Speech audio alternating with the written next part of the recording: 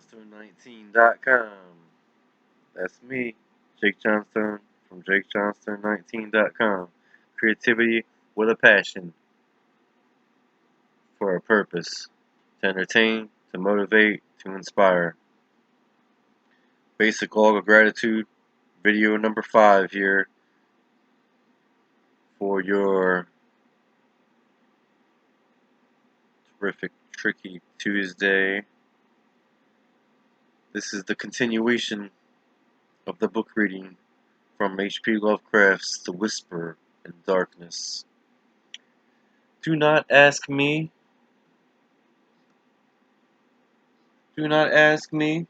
how long my unexpected lapse into slumber lasted, or how much of what ensued was sheer dream. If I tell you that I awake to a certain time, and heard and saw certain things, you will merely enter that I did not wake then. And then everything was a dream until the moment when I rushed out of the house, stumbled to the shed where I had seen the old Ford, and seized that ancient vehicle for a mad, aimless race over the haunted hills, which at last landed me, after hours of jolting and winding through forest-threatened labyrinths, in a valley which turned out to be Townsend. You will also, of course, discount everything else in my report, and declare that all the pictures, record sounds, cylinder and machine sounds, and kindred evidences were bits of pure deception practiced on me by the missing Henry Achille.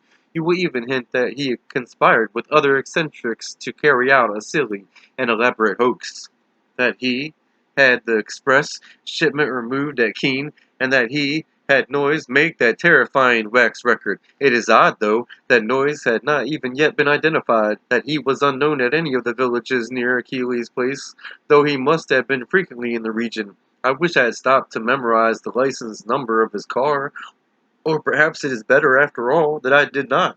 For I, despite all you can say, and despite all I sometimes try to say to myself, know that loathsome outside influences must be lurking there in the half-unknown hills, and that those influences have spies and emissaries in the world of men. To keep as far as possible from such influences and such emissaries is all that I ask of life in the future. When my frantic story sent a sheriff's posse out to the farmhouse, Achille was gone without leaving a trace. His loose dressing gown, yellow scarf, and foot bandages lay on the study floor near his corner easy chair, and it could not be decided whether any of his other apparel had vanished with him. The dogs and livestock were indeed missing, and there were some curious bullet holes both on the house's exterior and on some of the walls within, but beyond this nothing unusual could be detected. No cylinders or machines, none of the evidences I had brought in my valise, no queer odor or vibration sense, no footprints in the road, and none of the problematical things I glimpsed at the very last. I stayed a week in Brattleboro after my escape, making inquiries among people of every kind who had known Achille, and the results convinced me that the matter is no figment of dream or delusion. Achilles' queer purchases of dogs and ammunition and chemicals, and the cutting of his telephone wires are matters of record. Well, all who knew him, including his son in California, concede that his occasional remarks on strange studies had a certain consistency. Solid citizens, his occasional remarks on strange studies had a certain consistency. What? Solid citizens believe he was mad, and unhesitatingly pronounce all reported evidences mere hoaxes devised with insane cunning and perhaps abetted by eccentric associates. But the lowlier country folk sustained his statements in every detail. He had shewed some of these rustics his photographs in black stone, and had played the hideous record for them, and they all said the footprints and buzzing voice were like those described in ancestral legends. They said, too, that suspicious sights and sounds had been noticed increasingly around Arthur's house after he found the black stone, and that the place was now avoided by everybody except the mailman and other casual, tough-minded people. Dark Mountain and Round Hill were both notoriously haunted spots, and I could find no one who had ever closely explored either. Occasional disappearances of natives throughout the district history were well attested, and these now included the semi-vagabond Walter Brown, whom Achilles' letters had mentioned. I even came upon one farmer who thought he had personally glimpsed one of the queer bodies at flood time in the swollen West River, but his tale was too confused to be really valuable. When I left Brattleboro, I resolved never to go back to Vermont, and I feel quite certain I shall keep my resolution. Those wild hills are surely the outpost of a frightful cosmic race, as I doubt all the less since reading that a new ninth planet has been glimpsed beyond Neptune, just as those influences had said it would be glimpsed. Astronomers, with a hideous appropriateness very little they suspect, have named this thing Pluto. I feel, beyond question, the smelling of spinach and a pepper pizza, but it is nothing less than knighted yogurt, and I shiver when I try to figure out the real reason why its monstrous denizens wish it to be known in its way at this special time. I vainly try to assure myself that these demonic creatures are not gradually leading up to some new policy hurtful to the earth and its normal inhabitants. But I have still to tell of the ending of that terrible night in the farmhouse. As I have said, I did finally drop into a troubled doze, a doze filled with bits of dream which involved monstrous landscape glimpses. Just what awaked me, I cannot yet say. But what I did indeed awake at this given point, I feel very certain. My first confused impression was of stealthily creaking floorboards in the hall outside my door, and of a clumsy, muffled fumbling at the latch. This, however, ceased almost at once, so that my really clear impressions began with the voices heard from the study below. There seemed to be several speakers, and I judged that they were controversially engaged. By this time, I had listened a few seconds. I was broad awake, for the nature of the voices was such as to make all thought of sleep ridiculous. The tones were curiously varied, and no one who had listened to that accursed phonograph record could harbor any doubts about the nature of at least two of them. Hideous though the idea was, I knew that I was under the same roof with nameless things from abysmal space, for those two voices were unmistakably the blasphemous buzzings which the outside beings used in their communication with men. The two were individually different in pitch, accent, and tempo, but they were both of the same damnable general kind. A third voice was indubitably that of a mechanical utterance machine connected with one of the detached brains in the cylinders. There was little doubt about that as about the buzzings for the loud, metallic, lifeless voice of the previous evening with its inflectionless, oh, excuse me, with its infection infectionless, expressionless scraping and rattling, and its impersonal precision and deliberation had been utterly unforgettable.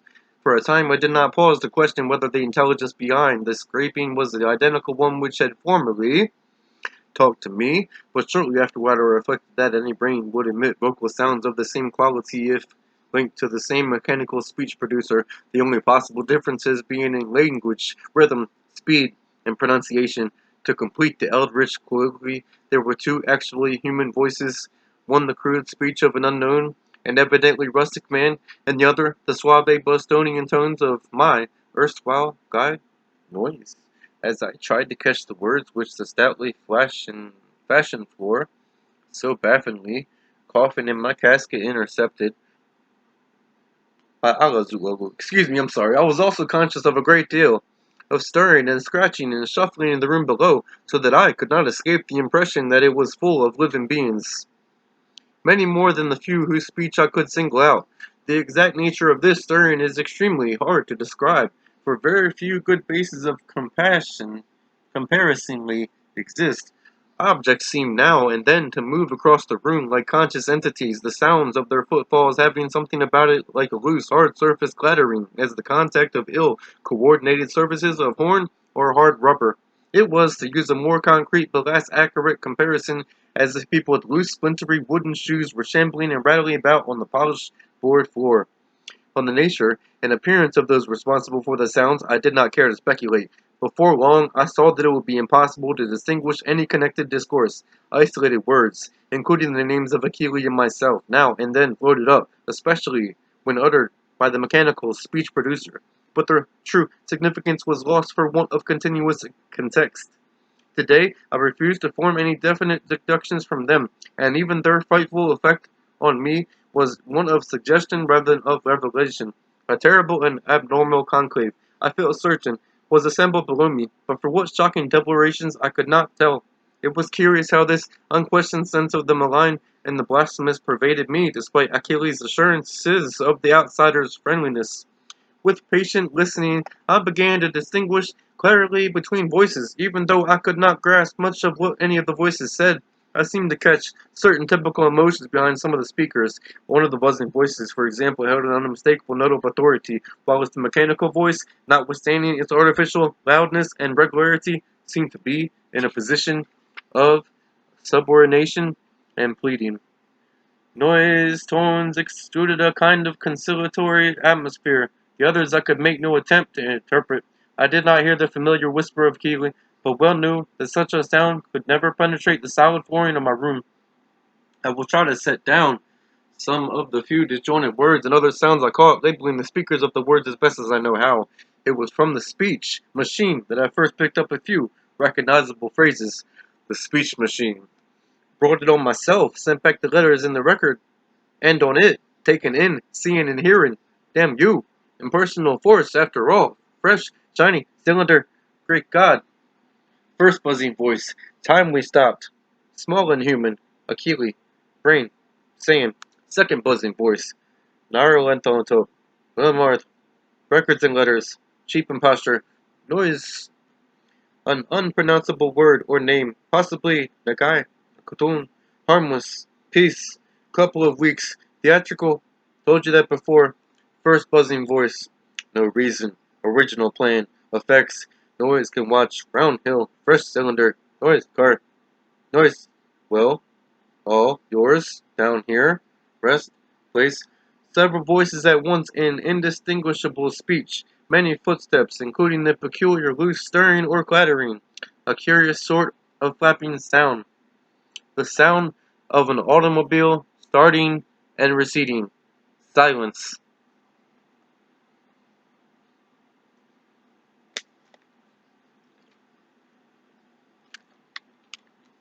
That is the substance of what my ears brought me, as I lay rigid upon that strange upstairs bed in the haunted farmhouse among the demonic hills.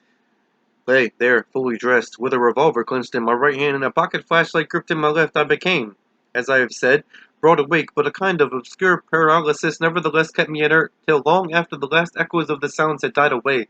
I heard the wooden, deliberate ticking of the ancient Connecticut clock somewhere far below, and at last made out the irregular snoring of a sleeper.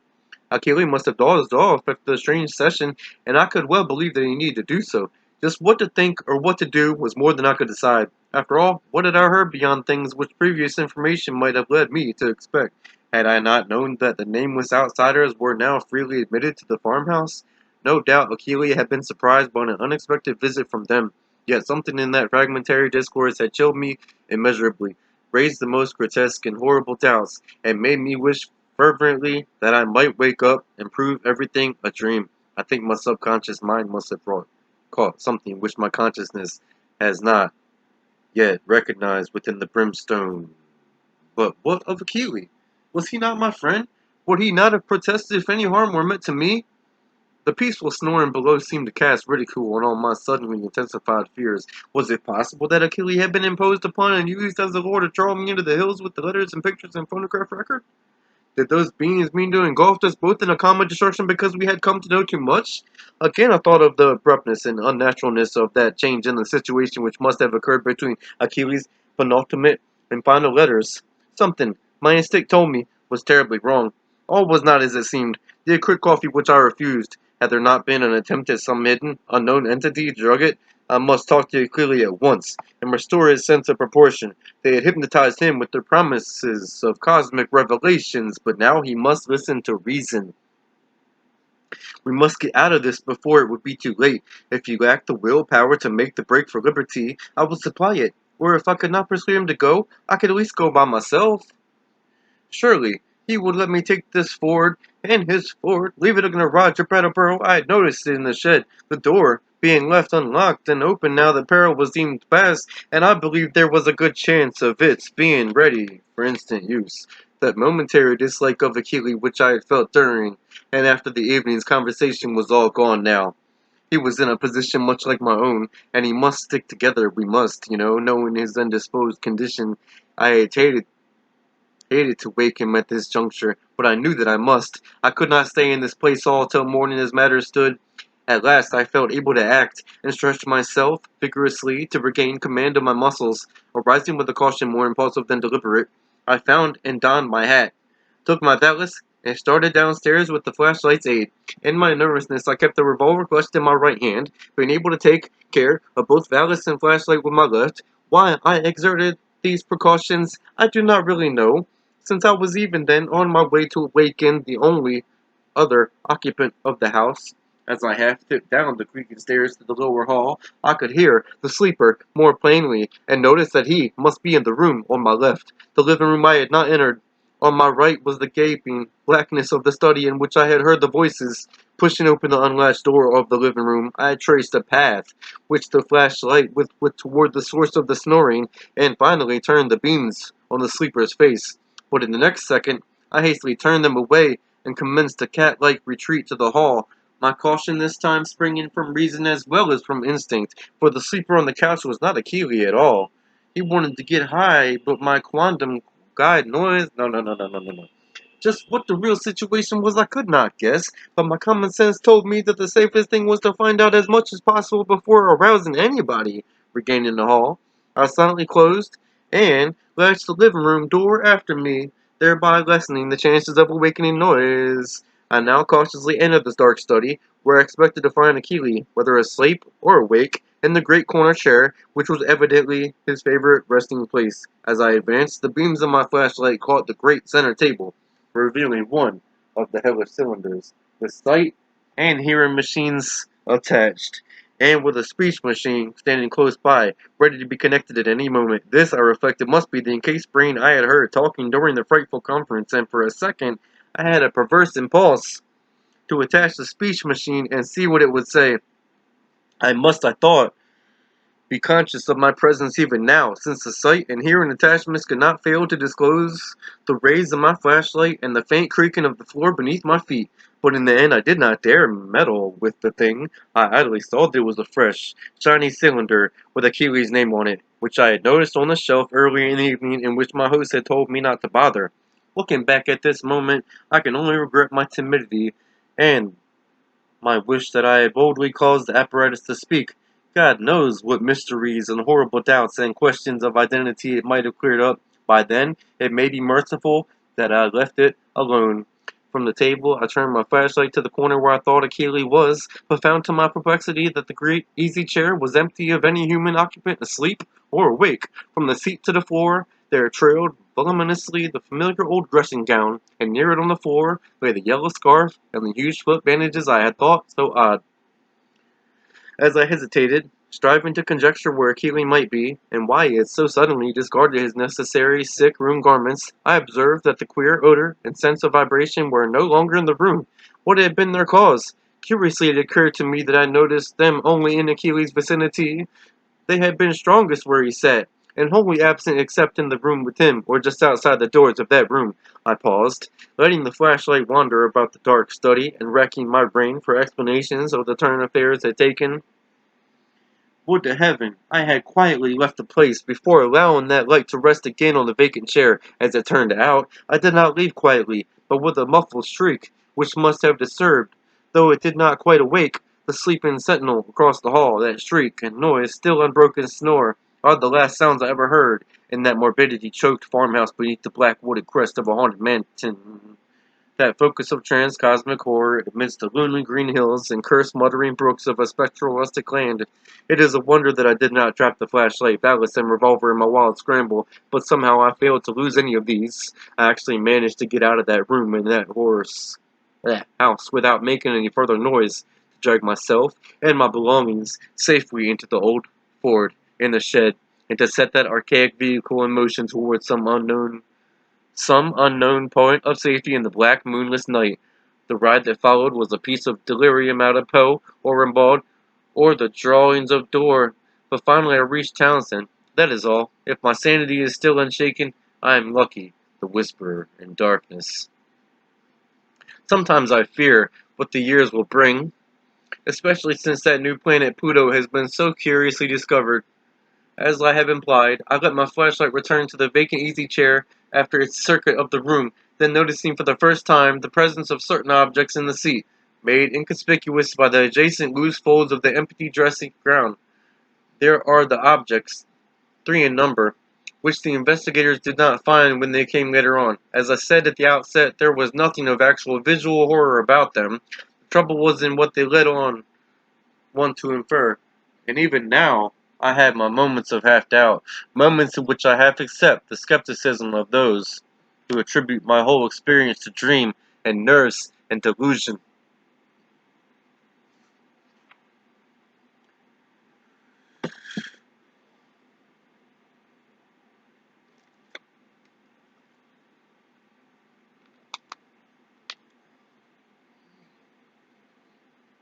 The 3 things were damnably clever constructions of their kind, and were furnished with ingenious metallic clamps to attach them to organic developments of which I dare not form any conjecture.